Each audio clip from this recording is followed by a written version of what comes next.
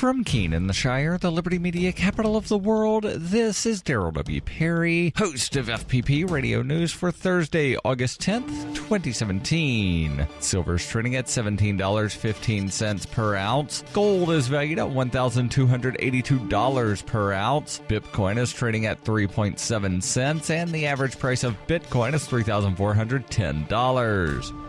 Antiwar.com reports Israeli officials and other diplomats familiar with the situation are finally detailing the circumstances regarding the lead-up to the southern Syria ceasefire agreement reached between the U.S. and Russia, revealing secret talks were held in Amman and in an unnamed European capital city about the plan beforehand. Israeli officials were involved in the talks and, unsurprisingly, given their public position since the ceasefire was announced, made clear they were unconditionally opposed to the ceasefire agreement and objected to the creation of safe zones to limit combat in the areas. The reason for Israel's opposition to the ceasefire similarly appears to have been exactly what they've complained about since, that they believe any calm in Syria necessarily benefits Iran, and that anything that might conceivably move towards ending the Syria war must hand Iran some sort of specific defeat. It is the Iran-centric view of the Syrian conflict, despite Iran having a fairly limited involvement in it, which has led Israeli military officials to say that they don't want the Islamic State to lose in Syria, and since the announcement of the ceasefire that they are prepared to join conflict simply to ensure that Iran, by which they mean Shiite government, doesn't win.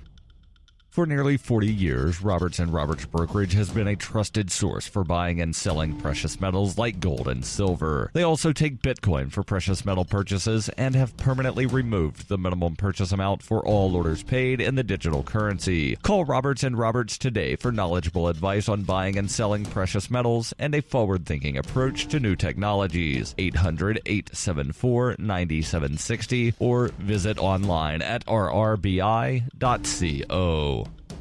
UPI reports the United States on Wednesday introduced new sanctions on 8 new Venezuelan officials, including Aiden Coramato Chavez Frias, the brother of late Venezuelan President Hugo Chavez. The U.S. Treasury announced the sanctions were against those involved in organizing or supporting the country's new Constituent Assembly, which granted President Nicolas Maduro virtually unlimited powers. The 545-member legislative body was elected on July 30th. It has the power to rewrite the Constitution and dissolve the country's elected parliament, the opposition-controlled National Assembly. On July 31st, the United States levied sanctions against Maduro, freezing all of his assets subject to U.S. jurisdiction. The Treasury Department on Wednesday said the Constituent Assembly was elected through an undemocratic process instigated by Venezuelan President Nicolas Maduro's government to subvert the will of the Venezuelan people. The statement by the Treasury Department also decried the Assembly's first action, which was to oust Attorney General Luisa Marvelia Ortega Diaz. Treasury Secretary Steve Mnuchin said President Maduro swore in this illegitimate Constituent Assembly to further entrench his dictatorship and continues to tighten his grip on the country. This regime's disregard for the will of the Venezuelan people is unacceptable, and the United States will stand with them in opposition to tyranny until Venezuela is restored to a peaceful and prosperous democracy. Born into a devastating world and raised among the crowd, the Cloudwalker assumes a new identity and begins the unrelenting quest for truth. In this epic journey, he discovers dark secrets about aspects of his previous life that he once trusted. Through the Journal of the Cloudwalker, he shares both the traumatic hardships and the eternal beauties of his experiences. Dear Society by the Cloudwalker is available from Amazon.com and all major bookstores.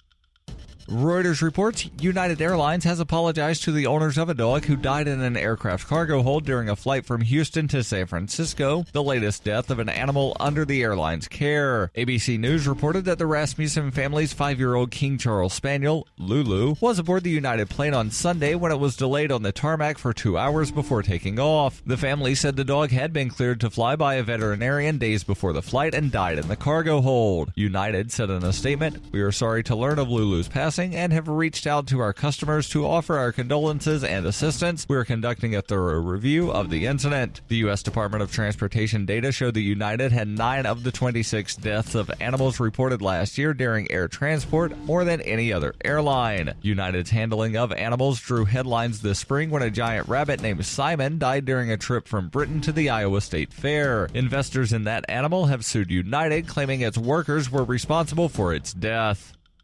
This has been FPP Radio News, online at fppradio.com.